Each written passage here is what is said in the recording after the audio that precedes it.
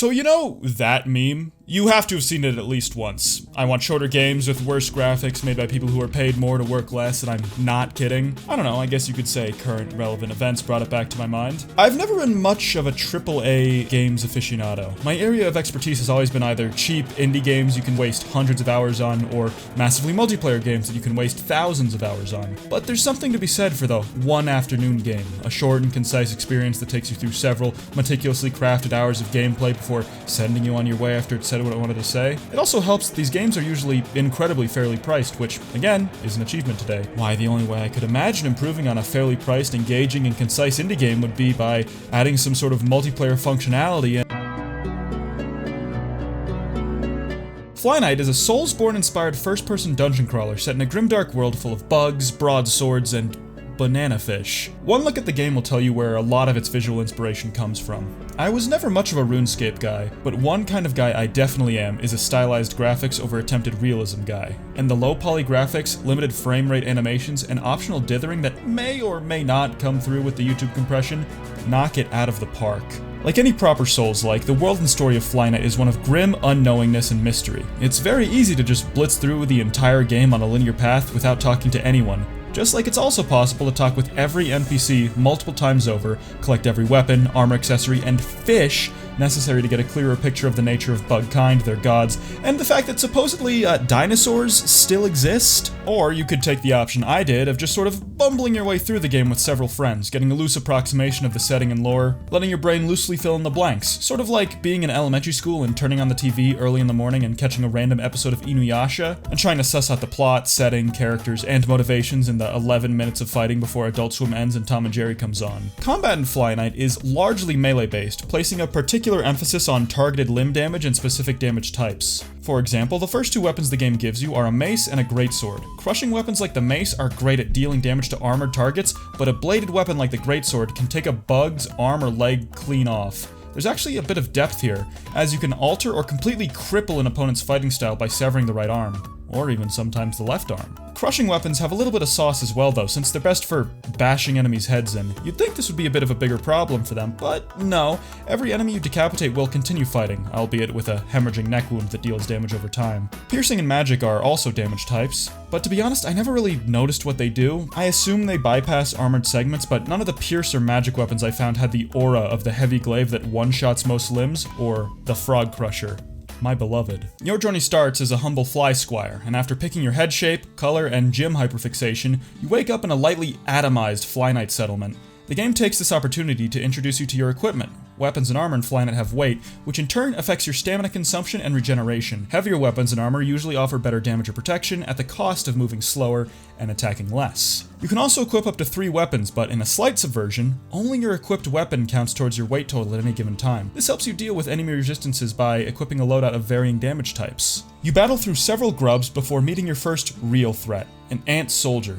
These guys use dual daggers, and despite being relatively weak, will absolutely fold an unprepared new player, especially considering you start the game with almost no health. This is compounded if you forget to equip and use your genre-mandated healing flask. No worries though, once you get styled upon, you respawn with a full health bar. FlyKnight also has a stamina system, with stamina influencing the amount of sprinting and attacking you can do, as well as your resistance to enemy kicks. If you're caught lacking and have low to no stamina, you're heading to the ground. Fortunately, this also works in the opposite direction, and if enemies are staggered from you either dismembering them or hitting a clutch parry, you can send them straight to the mat, where you will most likely struggle to manipulate your weapon to hit them from a first-person POV, but that's just the way the cookie crumbles, I guess. After completing the tutorial, you'll find your first campfire, your one-stop shop for resting, fast traveling, and opening your world to multiplayer. And in a twist for the Souls-like genre, playing with friends does not actually require a Platinum Bella fart essence to be rung at precisely 2 PM at the underpass of Grand Fate. Nah, you can just invite people through Steam. Unfortunately, there is no horrific invasion PvP feature. The only night-on-night violence happening here is friendly fire between allies. Fucking get him! Watch this. Watch this. Oh! Holy shit! A big kabosh! I love this game already. Nearby, you'll find a lone fisherman, fisher bug, who gives you probably the most information in the most straightforward way. casual conversation. This reveals that all but a few FlyKnights have fallen, and the remnants have all entered the cave behind you, Lunamoth's lair. The FlyKnights, and presumably the rest of Bugkind, are at war with Lunamoth due to her somehow stealing their wings. As a result, the last of the FlyKnights have chosen to launch an all-out attack on Lunamoth's lair, but clearly something went wrong and their camp was destroyed in an ambush. Regardless, the only options for the brave FlyKnight, the only options for the brave FlyKnights, you included, is to venture into Lunamoth's lair, where either an untimely end or ultimate glory awaits. That is, unless you want to get into the fishing minigame. There are multiple fishing holes scattered throughout Lunamoth's lair with their own varieties of different fish, most based on fruits and vegetables, and some more esoteric. Oh! Lunagina? It's a moonfish. The fish also come in various sizes, which bring with them bragging rights and increased stat bonuses. Each fish provides a different buff for a certain duration of time, such as health and stamina regeneration or resistances to poison. All that's left now is to enter Lunamoth's lair proper, where the game opens up somewhat. Sure, there is a linear progression, but FlyKnight splits its 3 main levels up into large areas connected to several offshoots where you can go to find extra gear and accessories. Some choice examples earlier on include a charm that prevents friendly fire, a buckler and rapier combo, and a freaky sunflower cultist set. And bring a leek to a sword fight. Oh my god. You look like a dork.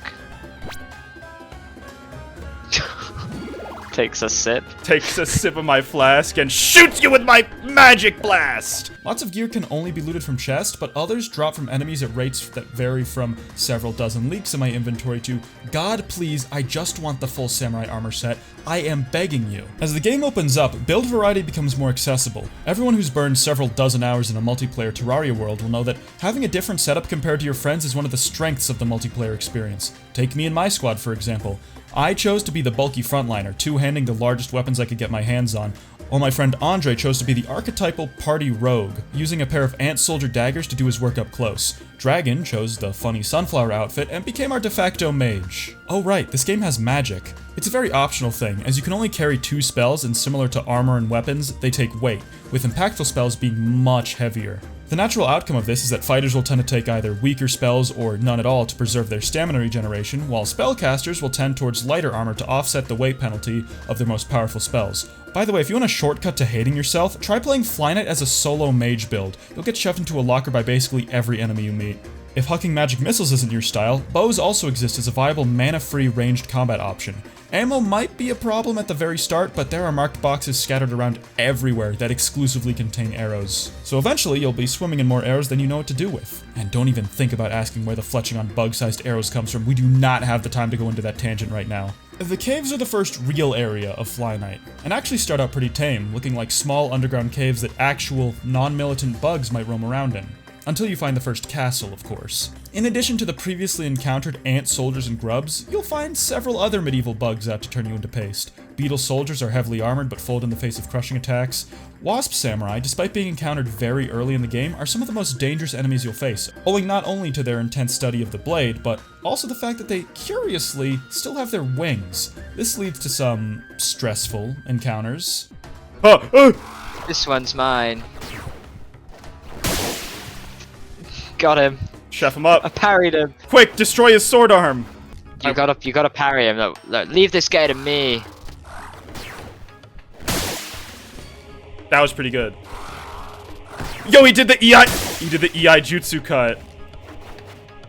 Yeah, he's no match for me. There are also the pill bugs, who have elected to simply just beat you to death. If you beat these two, though, you can get a pair of boxing gloves of your own. They lack the reach and damage of larger crushing weapons, but they hit fast, and I mean, come on, is it really a surprise I love fist weapons in these games? There's also this completely innocuous patch of twigs, and oh god, get them off. They're everywhere. It wouldn't be a game where you play as a fly without fly traps, obviously, but there are also autonomous artillery plants. And the Dekubabas from Zelda are here working overtime as well. You'll meet 2 important recurring NPCs in the caves. Near the entrance, you'll encounter the Vagrant Fly, who isn't your enemy, but despite being tall enough to center for the Lakers, offers you no assistance besides vague encouragement. Oh, he's a vagrant. He looks like Obi-Wan Kenobi though. Here I was hoping the Knights would put up a fight, but there go my hopes. It's such a shame. Something sank about that ambush, but I don't have time for that. I'll keep going just the same. You seem to be doing alright, however. Good for you.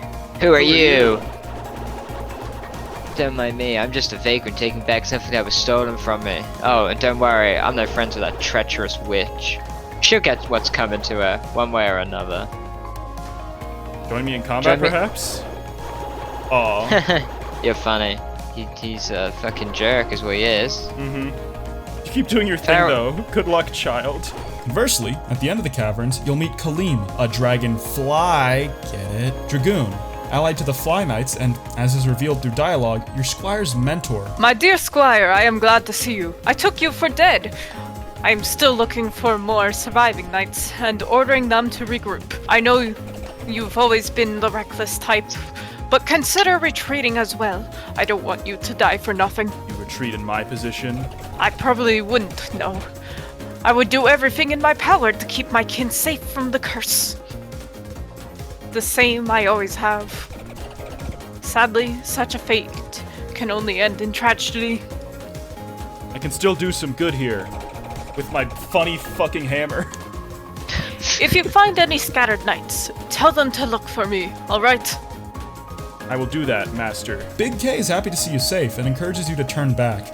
The outlook in Lunamott's lair isn't good, and he doesn't want to see his favorite Squire get mollywopped by a bunch of pillbugs. But like any good video game protagonist, you press on regardless of his warnings, where you'll meet the first boss of the game, Amorphophallus immensis, which is actually a real flower, sans the cluster bombs and area-wide root attacks. This fight is an interesting mix-up of the gameplay you've experienced before. Immensis over here has little in the way of direct melee attacks, and instead opts to pelt you with projectiles, bombs, and area denial as you parkour up to hit the flower itself. Playing solo, this becomes an interesting dance of timing your attacks and movement, spending as much stamina as possible on damage before using the rest to get away, the exact parameters for which are something every player will have to figure out for themselves given their differing builds and weights. In a group setting, things can be a bit more chaotic? We gotta Everyone, go. let's go! Scatter! Alright, Amongus Immensis, or whatever your name is. Uh-oh. Amorphophallus. He's dropping bombs! Get out of here! Andre! I need a revive. Oh shit, someone get that guy. I'll distract it. Thank you. Remember me. Oh, I'm okay. Defeating the AI lets you drop down below its arena, grab some loot, and head off to level 2. Mark a square off on your Souls-like bingo cards, folks, because we're going to the swamps, baby. Every grimdark game has one, and here's ours. Bask in such notable features as treehouse rope bridges, abandoned chapels, and nothing to be overly concerned with.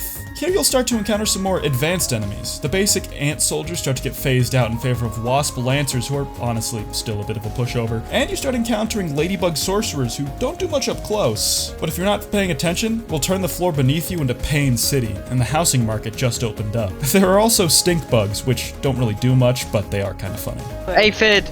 Kill the aphid! Aphids? Ah. No! Aphids! Oh, they explode on death stink bug. into a fucking... It was a stink bug. Oh. Kaleem is waiting to talk with you at the entrance to the swamps, and is still convinced that you and your squad are not those guys. And again, subtly encourages you to give up and head home.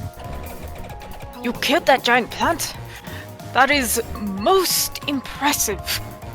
To tell you the truth, you were never my strongest student, you know. What? You have been lucky so far, but things will only get harder from here. I think you are out of your depth. Go on. Return to the entrance and leave this place. Can I say something? I think this guy's in league with the Moth Witch. I think he's telling us. Yeah, to Still leave. has his wings. Well, because I think Yeah. only the flies lost their wings, and he's a dragonfly, which probably means he's like a demigod to the rest of us. This operation is already a failure.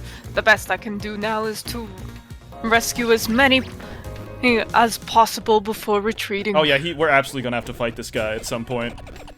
Please, this is not how I want things to end for you. We're being so devious over here. I'm not going back empty-handed. Only there was another way. Oh, are we rubbing our hands together then rubbing our faces over here? Yeah, we're being all devious. This guy says we're Group huddle. This guy says we're not his strongest students here. We just fucking destroyed that massive plan. Yeah. We killed the plant. I like knock people on their asses instantly, and we're like really good at dancing. How could we possibly be bad students, you know? With moves like Then these. he just must be a bad judge of character. Did you see that? I spiced it up. Did you see that? Do it again. Do it again. What? Oh. That's pretty sick. But despite some sus phrasing, Kaleem does still seem to genuinely care about your FlyKnight specifically, and doesn't want you to meet some horrific fate within the dungeon. You also meet the Fly Vagrant again, camping out in a cabin that, by virtue of its four standing walls and roof, is the safest space in the swamp. Just don't check the attic. You spared me from quite a bit of trouble by taking care of that plant thing, so thank you kindly. You've made an impression on me, fearless FlyKnight. By the way, since I prefer to avoid battle, I often stumble upon things I have no use for, so I've been leaving them in boxes for other FlyKnights to use. You seem particularly adept, so look out for this symbol and you'll find some supplies inside that will hopefully aid you in your quest. Oh, and don't worry dear, there's no catch. I see you trying your best and I want to support you with my ability. I admit it's a bit of a weakness of mine, but there's nothing wrong with it, right? Hehe. It's appreciated. It is appreciated. They thank you for destroying the artillery flower and seem to be a bit more personal now that you've shown that you're not just another inexperienced FlyKnight who gets clapped instantly upon entering the lair. You'll also find an interesting spell within the swamps, Swarm. The spell itself is a propagating damage over time effect that spreads when an enemy dies. But interestingly, there are several glyphs on the ground where you acquire it. These messages from an unknown entity mention how one of their brothers has broken off of their apparent hive mind network and possesses the power to control. This could be interpreted as the reason why all the bugs in the dungeon are battling on the side of Lunamoth, classic magic mind control, but I think it's there to set up the actual cordyceps zombie FlyKnights that jump you soon after. In a surprising subversion for zombies, targeting their head or giant glowing stalk is ineffective, and severing their limbs is the best defense. The zombies are the least of your worries though, as the last of the FlyKnights have all been slaughtered by none other than the bug you trusted most. Okay, so we saw this coming, right? Of course. Yes, speak to me, sir. Nameless Oh man, there's FlyKnight! so many. It's him! It's nameless Fly... It's the guy who called us a... Wow. My distraction worked. Today he is safe. But him... I knew it. The ambush. That deceitful retreat. It was all him from the start. I knew it. Fucking knew it.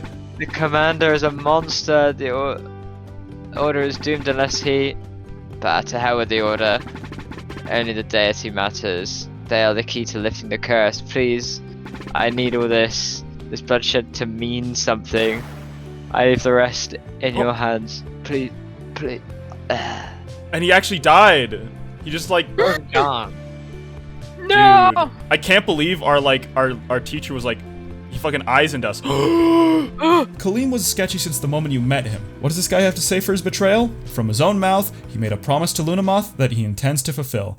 Is it vague? Absolutely. But maybe it's as simple as Kaleem serving the BBEG in exchange for not having his wings rotted away like the rest of the knights. This is probably my favorite boss fight in the game. It strikes a perfect balance between the gameplay style FlyKnight has established, deliberate, paced-out combat, placing an emphasis on parrying, striking, and stamina management, while also throwing in some hype moments and aura with firewalls and dash attacks. Yeah! Where'd he go? Oh, he's behind me. Oh, that really fucking hurt. Hold on, I'm holding the big one. I'm holding the big swinging. I just gotta get him a little bit close. Oh shit, he's running away. Come on. Come on. Almost got him. Yeah! There we go. Oh shit, watch out for the fire. There we go. Andre K-Bug, get back and heal. I will handle this. But I'm not even touching you, bro. Please. I revived you, I revived you. Fire, blue fire. Handle it. Oh! I stabbed him in the back. Never the mightiest warrior, but definitely the most persistent. Stand proud, FlyKnight. Finish what you started. Kill Lunamoth. That's for nameless FlyKnight. Yeah. Bitch. So where do we... Which direction are we going in? After you give him a suitable thrashing, Kaleem, surprisingly, pushes you forward, telling you to finish what you've started and kill Lunamoth. It seems that, up until this point, Kaleem still saw you as a squire, unprepared for the dangers of the lair. It took finally proving yourself as his better in combat for Kaleem to finally see you as an equal, a true FlyKnight. With a newly lit fire in our hearts and Kaleem's drip stolen right off of his still warm corpse, we push forward to the final level. The final area of FlyKnight is an ancient city overrun by the undead. There are no more friendly faces around here, just swarms, bug pun, of endless enemies that you'll have to overcome as you get access to the strongest weapons and armor in the entire game. Your objective is to drop a drawbridge and open a water door? Hold on. And open a lock to catch a ride downriver on a boat to your final destination and confrontation with Luna. Vesper Hideyoshi. Oh, wait. Oh, yeah, no, we didn't mention Vesper Hideyoshi up to this point, did we? Oh, okay, so remember the wasps? Both samurai and lancers. Unlike most bugs in FlyKnight, they still possess their wings, which only makes them slightly annoying to deal with. Vesper Hideyoshi is one of them, but he's not hostile. Fortunately for you, he's only racist. Great, some wingless filth left. I assumed you are kind to either be dead or halfway towards whatever foul hole you came from. Can't say I ever expected much from this alliance, but I figured at least you FlyKnights would be a useful cannon fodder against Lunamoth's army, while I freed my once proud race from her control. What a waste of my time. Our agreement is void. The order is no longer of any use to me after this pathetic debacle. Scurry away. Find some other place to die. Through some dialogue with Hideyoshi, it's revealed that Lunamoth has some manner of power that lets her control the wasps, and possibly all the other wacky goons she has under her employ. Still around, you disgusting pest. Perhaps you aren't completely useless after all, like the rest of your order. Doesn't matter. Lunamoth is mine. She and all her kind will pay for enslaving my race. Our rightful supremacy will return. But before that, a culling will be needed of the traitors who sold us out. Guys, I think the wasps are racist. What? Yeah, would you believe it? Sounds like a wasp thing, right? Yeah, wasps would be racist. Dicks. See you later, Hideyoshi. Bye. Bye. He seems nice. Yeah, he's such a kind fellow. He doesn't attack us on sight like everyone else in this dungeon. You run into Hideyoshi in each of the game areas leading up to this, where he has finally had enough of being your deuteragonist and declares that he alone will be the one to slay Lunamoth. Guys, it's Vesper Hideyoshi. Samurai. Oh. I think we have to fight Vesper Hideyoshi, gang. Lunamoth is mine to rip to pieces. If you've gotten this far, you've proven to be half capable for a dirt dweller. Unfortunately for you, Oh shit. I've grown tired of your revolting stench. Know your place, vermin. This goes about as well for him as you can expect. In essence, Hideyoshi is basically a jazzed up wasp samurai with a couple extra moves and maybe extra health? I don't know. He folded pretty fast, even faster during my multiplayer playthrough.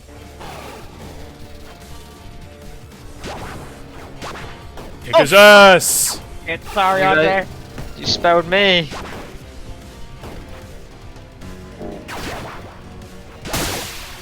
Beat his ass! Chef him up! Defeated by the likes of you. What unbearable humiliation. My race forsaken. I wouldn't have complained if he was a bit tougher, especially because he's the last traditional boss fight we get. With that hurdle out of the way, all that remains is one final gauntlet, guarding the final fishing hole. And also Lunamoth's chambers, I guess. See? There she is. The Fly Vagrant is also here. And this is where everything falls into place. Maybe I should have trusted you to finish this. But I had to try. This is my mess to clean after all. That wretched day she severed my wings, leaving all of you, my treasured children, flightless. The transgression couldn't stand unopposed. But don't worry about me. I just need a bit of rest. Focus on your mission. Persist in triumph, my dearest scion. Return us our wings and our dignity. I beg you. This is the Fly deity, in the flesh. They were moving through Lunamoth's lair themselves, independent of you, and they tried to battle Lunamoth on their own. It might just be due to how clearly I could see Kaleem's betrayal coming from a mile away, but in contrast, this is a twist that I not only didn't see coming, but also really liked, because having this knowledge and going back in the game doesn't ruin the Vagrant Fly's character. Rather, it recontextualizes them, because they're never outright deceitful with you about what they are. They lay it out pretty plain. They're not your enemy, but they're also not going to fight by your side. And once you start making progress, they begin to see you as more and more of a respectable ally.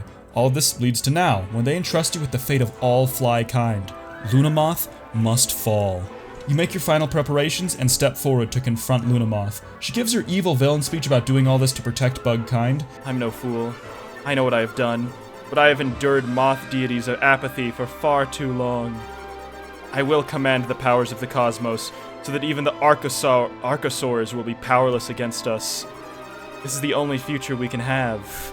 All that's left is the final battle, which is interesting as far as final fights go. This is because, in a game of slow and deliberate combat, Lunamoth is a bullet hell boss fight. Now, I guess this really isn't much of a shock to the system. Out of FlyKnight's 3.5 boss fights, only Kaleem and Hideyoshi are traditional combat. Regardless, the Lunamoth fight actually kinda works. You have to frantically close in on her when she lands in order to land a single hit before she puts her shields back up and flies away. This leads to a fight that I'd say successfully takes the framework established by FlyKnight's previous gameplay and repurposes it into something new for the final battle. That is, if you're playing solo. Otherwise, all it really takes is one member of your goon squad to say, Ranged battle, guys, ranged battle. and then your fire team switches to bows and turns Lunamoth into Swiss cheese. There we go. All that potential Ow. wasted. What else was Pretty I sly for a supposed to FlyKnight. do? And with that, your journey's over. The Fly Deity and you journey down into a hatch beneath Lunamoth's arena, where you find the deity's wings that Lunamoth had stolen in a ploy to fly to the moon and become the new Moth God. Fortunately, the wings can be returned to their owners to fix all of Bugkind right up. But the work of John FlyKnight isn't over, as the Fly Deity points out that the weapon that cosmically butchered so many deities was of Archosaur origin. There's that word again. The Fly Deity says this indicates someone put Lunamoth up to it, but that's where FlyKnight ends. I really enjoyed FlyKnight. Do I owe a lot of that to the fact that the first time I played through it, I was accompanied by 3 friends, something that can make even the most boring of games entertaining? Maybe partially, but in the interest of being fair and objective, I also played through the game solo afterwards, and I still enjoyed myself. If anything, I was able to appreciate the game more due to actually, having to pay attention to fights instead of steamrolling it with my Fly Fighter Force. And as for the sequel hooks at the end, mentioning Archosaurs, the moon, and an even bigger threat, I'm all for it. I'd imagine a FlyKnight sequel would have your wings back, and having to battle Archosaurs, which are the real-life, extinct common ancestor of both crocodilians and birds, seems like something having the ability of flight would be useful for. And again, did I mention this game is $6? I cannot think of a more perfect game to spend an afternoon playing with a group of friends. It's cheap, it's unique, it's concise, and most importantly, it's fun. If I had any complaints, it would be that I wouldn't mind the game being a bit more challenging at parts, but that accessibility is what also goes a long way to making this a game you can play with almost anyone. So, yeah, I highly recommend FlyKnight to anyone looking for a funky new gameplay experience, if you like the idea of Souls-likes and want a light introduction to the genre, or hell, even if you just like bugs. Or knights. By the way, the entire reason I got into FlyKnight in the first place was that I thought it looked like an interesting game to play with my friends over on my Twitch channel. So, yeah, if you've sat through an entire video of me talking about a niche indie game, you'll probably love what's going on over there. I do regular streams multiple times a week, and it's the place where I get most of my ideas for long-form YouTube videos. So if that sounds like your jam, swing by and check it out. Link in the description. But yeah, that's all I got. Thank you for sitting through this episode of Zach Talks at length about a random indie game he's hyper-fixated on this month. There will be others. This is a threat.